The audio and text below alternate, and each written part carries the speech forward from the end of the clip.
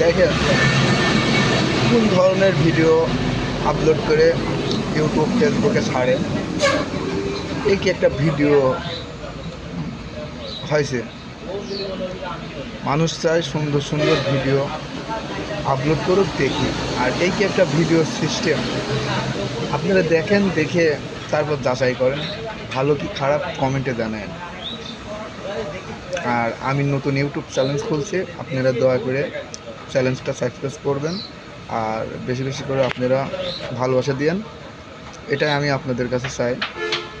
আর ভালো ভালো ভিডিও ছাড়ার চেষ্টা করব আশা করি।